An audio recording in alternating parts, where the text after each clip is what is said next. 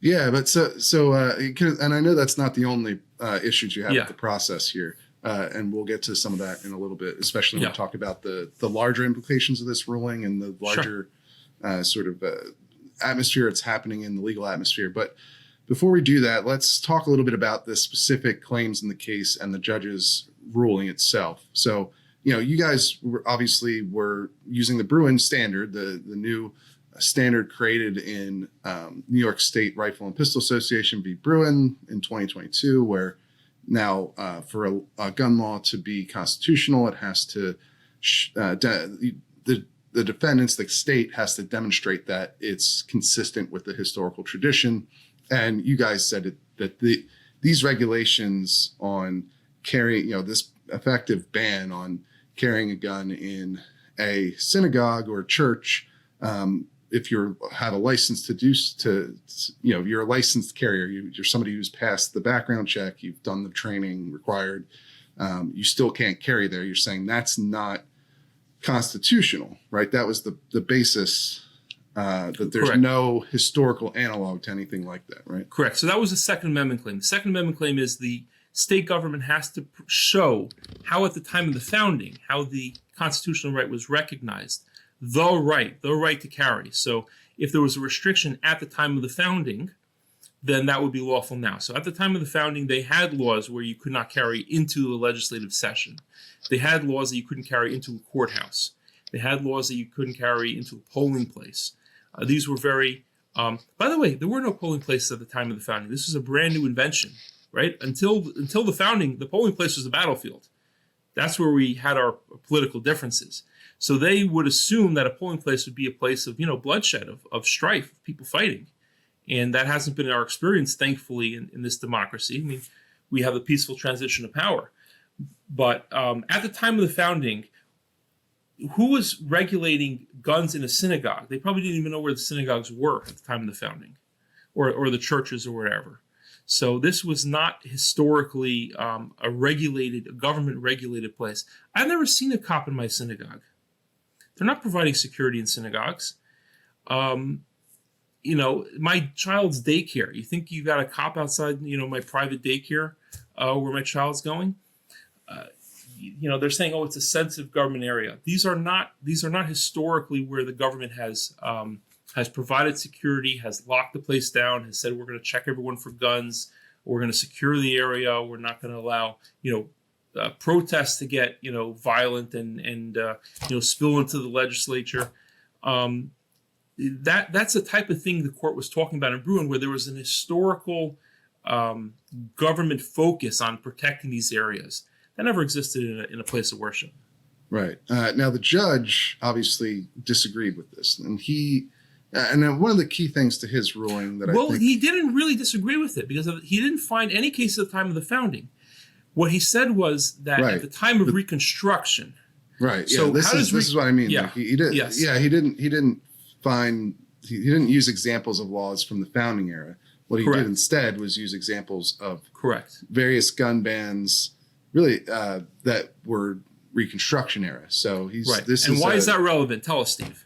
Well, his argument is, and this has become an increasingly common argument that you'll see in court from state defendants, that the relevant period should be extended to when the 14th Amendment was ratified, because the 14th Amendment is how the Second Amendment was incorporated to the states, how Second Amendment protections were incorporated to the states. And so that seems to be where he's come down on this, that there were some gun bans or carry bans.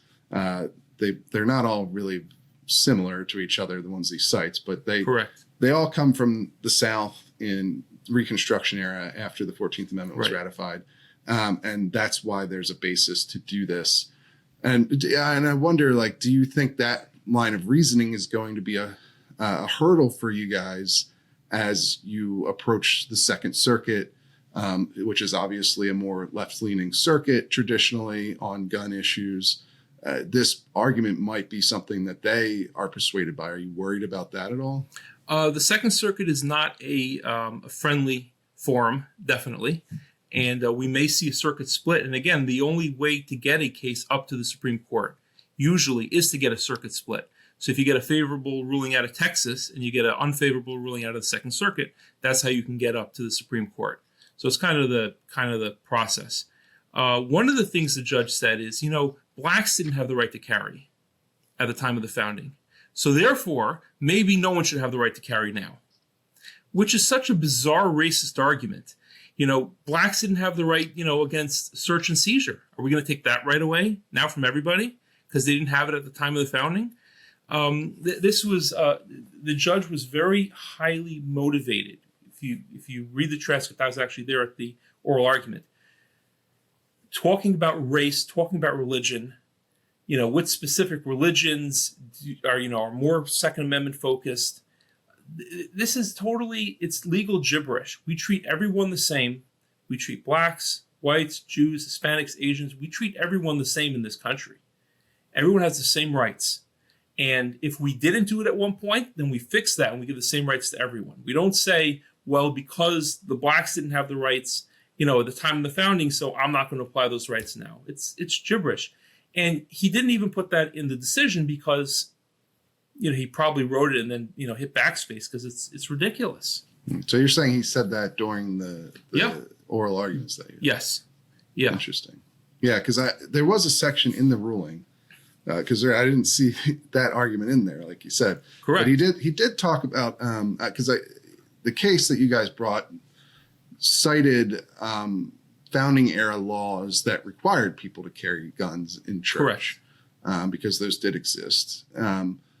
But he claimed that they were racially motivated laws, that they were motivated by the fear of either slave insurrection or Native American attacks, and therefore shouldn't be considered, which I thought was interesting because, frankly, a lot of those laws that he's citing, some of them are a bit more explicit in what he's talking about, but many of them aren't. And at the same time, New York has used explicitly racist gun bans as the basis for many of their legal arguments in defending its post-Bruen restrictions.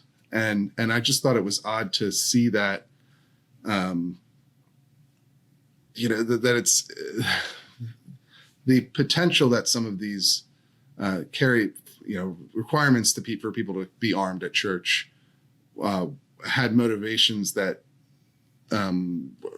were unsavory. And I think that is even kind of questionable, makes them ineligible for consideration in this case.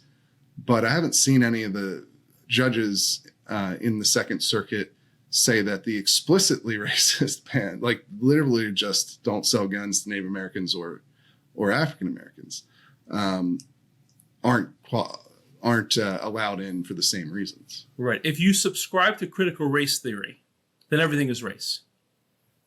1 + 1 = racism. Finished.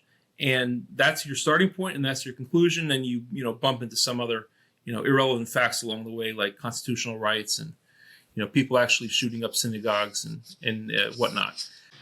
But anyway, that's kind of an aside. I just thought it was an interesting bit in there where he's rejecting these actual founding era laws because he believed that they were racially motivated. But we've seen it's just sort of a quirk of how these cases have come out, I guess.